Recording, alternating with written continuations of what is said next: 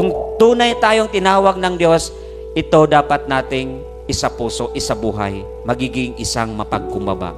There will be unity in one spirit, in the spirit. Kasi hindi ma-achieve natin ang unity kung walang pagiging humble sa isa't isa. Isipin mo na lang kung puro na lang arrogante. Kahit sa loob ng iglesia, kung walang mapagkumbaba, magkakagulo. There is chaos in kahit sabihin natin very small group. Kahit sa family, kung walang mapagkumbaba, kung hindi tayo mamuhay na may pagpakumbaba, isang kaguluhan yan.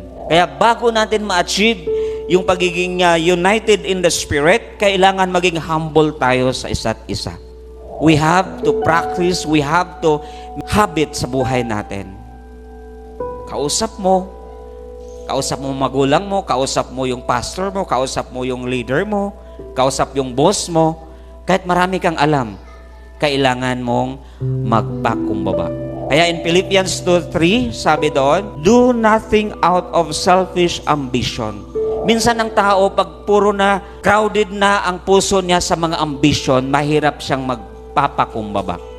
Dahil siya ay punong-puno ng mga pangarap sa buhay.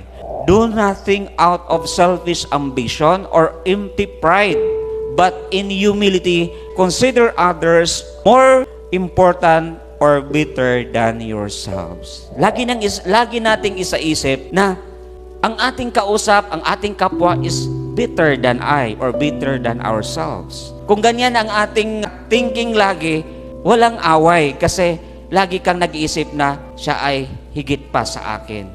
That is considering ourselves na humble before others. Kaya do nothing out of selfish ambition or empty pride. Itong pride na ito talaga ang nagbibigay ng distraction sa mga believers.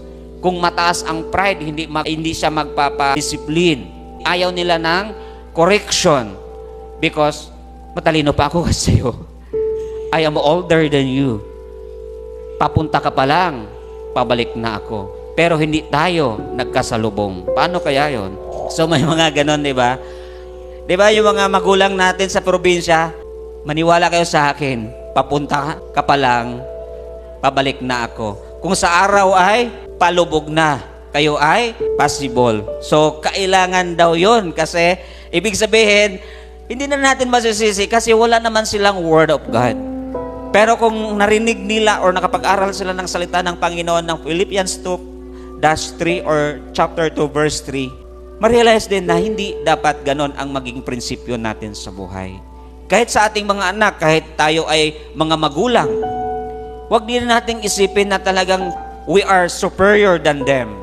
Maaring mayroon tayo maraming karanasan, mayroon tayo mga experiences sa buhay, but that is not sufficient enough para i-judge or ating bigyan ng or final judgment. Kasi yan ay pwedeng gamitin ng Panginoon bilang eye-opener sa atin. Kaya kailangan matuto din tayong makinig sa opinion ng ating mga anak. Tama po ba? Makinig tayo sa opinion ng ating mga kaopisina, kahit mga baguhan yan. Malay mo doon nag-reveal si Lord ng magandang mga ideas.